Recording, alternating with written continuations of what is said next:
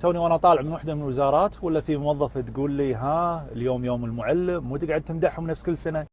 رديت عليها قلت لها يعني ليش ما امدحهم؟ يعني شو المانع اني امدحهم؟ قالت يعني بس انت كل مره تمدحهم ترى ما عندهم الا البوفيه بس يقعدون ياكلون والمعاشات زايده على الفاضي.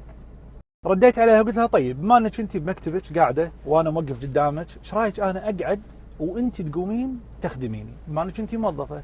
استغربت قالت العفو بس يعني انت اللي لك حاجه فشلون انا اقوم اوقف وانت قاعد؟ قلت له ممتاز، هذا الفرق بينكم وبين المعلم. المعلم هو الوحيد بالعالم اللي وظيفته يكون المستفيد قاعد وهو موقف، عكس كل الوظائف اللي يكونون المستفيدين موقفين وانت قاعد. المعلم في يوم المعلم ترى ما يستحق بس اني اعطيه ورده واقول له شكرا معلمي، لا يبا انا لو وزير كل معلمه لبسه بشت في يوم المعلم والمعلمه لبسها ثوب عروس.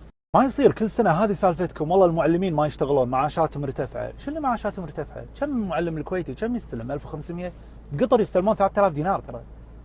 وباليابان في يوم المعلم الطالب يغسل رجول المعلم وانتم بكرامه، مو من باب الاهانه من باب الاجلال والتقدير، وانتم هني كل ما تكلم والله رواتبهم والله ترى انتم الكويتيين اهل موقه حاسدين هالمعلمين على هالراتب. شنو الراتب هذا مقابل التعب اللي يتعبونه؟ انتم تعرفون شنو يعني 6 مرات تقول نفس الموضوع باليوم؟ ترى لو عتشبت يضيق خلقك. ولدي وهو ولدي لو اناديه مرتين ورا بعض ما يرد علي افقد اعصابي، فما بالكم بعيال الناس هذول اللي مقابلين عيالكم وساعه ويعلمونهم وهذا ويتحرك والشيطانه.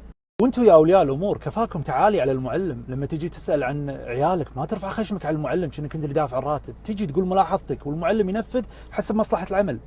هذا معلم. تعرفون شنو معلم؟ احد صناع الجيل. هذا المفروض يكون راتبه لا يقل عن 5000 دينار وعنده بونص وتسهيلات والبوفيه ما يدفع فلس، انتم تجون توكلونه بيدينكم. نعم في معلمين يخطئون بس مهنة التعليم كمهنة سامية المفروض ابرز الشيء الزين واترك الشيء الشين، مو نفس اي وظيفة اخرى ابرز الشين وطق طق لين يصير تطوير في العمل. لان ترى مساكين المعلمين. تعرفون شنو يعني اعيد وازيد اعيد وازيد لمدة 20 سنة؟ 20 سنة وانا اعيد وازيد، احتمال يتحرولون والله اذا ما حافظنا عليهم. حافظوا عليهم يا جماعة. اخيرا ترى مهنة التعليم من اندر المهن اللي يكون فيها جهد بدني وذهني ونفسي، المسألة مو بسيطة، ارتقوا بالتعامل معاهم لنرتقي كلنا مجتمعنا وبس.